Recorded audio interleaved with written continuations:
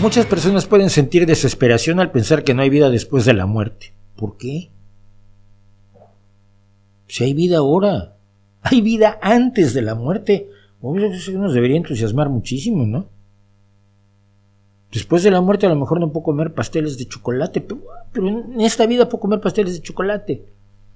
Y puedo sexar y puedo oír música y puedo jugar con mis hijos y hay vida antes de la muerte. Es que no es más importante eso.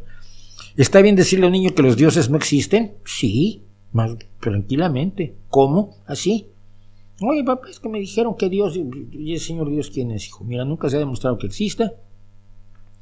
No hay indicaciones ni evidencias que sugieran que exista ni ese Dios del que te contaron ni los otros 13,000 que el ser humano se ha inventado a lo largo de la vida para explicarse las cosas y para generar esas esperanzas. Tú no creo que tengas necesidad de ese tipo de fantasías. Es una fantasía más de grupos de personas, así como gente de la Caperucita Roja y el Principito y estas cosas. Entonces, no. Cuando haya pruebas lo discutimos, pero entre tanto no lo necesitas. Oye, la vida después de la muerte, ¿qué niño de 8 años? Que esa es la edad a la que yo hablé generalmente con mis hijos de temas teológicos. ¿Qué niño de 8 años se preocupa por la vida después de la muerte? ¿Le preocupa? ¿Qué le preocupa? ¿Le preocupa jugar mañana en el recreo? ¿Le preocupa presentar la tarea de matemáticas bien? A mi hijo le preocupa que el domingo tiene un torneo de 3 partidos de baloncesto. Eso es lo que les preocupa. Los niños viven en el hoy. Son los mayores contaminados por el ansia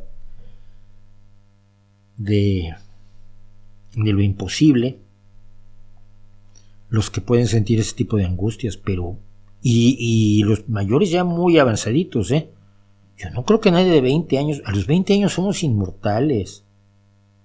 No sé tú. Voy a hacer una confesión aquí. Estoy vivo de milagro. Entre los 17 y los 20 y pocos años hice una serie de burradas monumentales. Estoy vivo de milagro.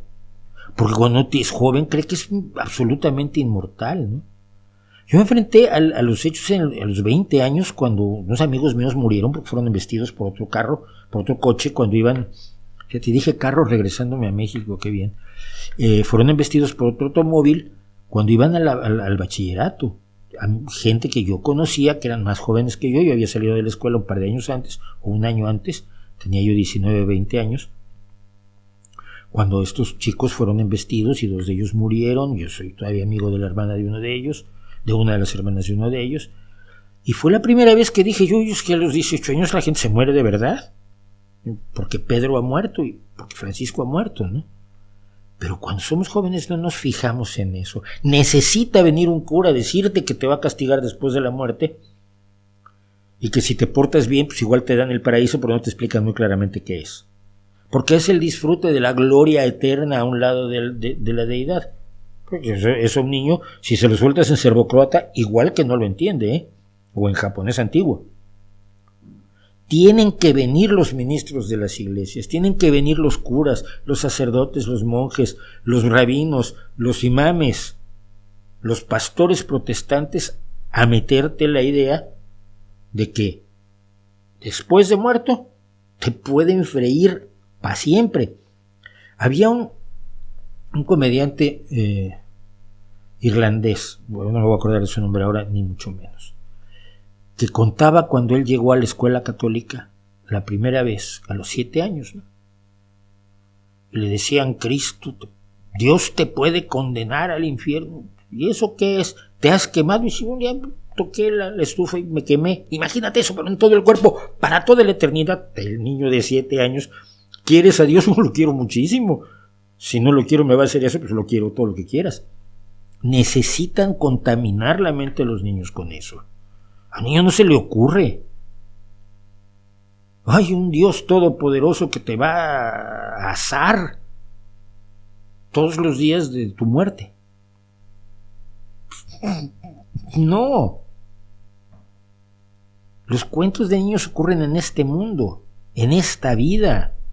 Los cuentos de los adultos son los que quieren que ocurran en una vida después de la muerte. Así que no creo que tengan ningún problema los niños en que les digas, eso es una fantasía, lo que importa es la vida antes de la muerte.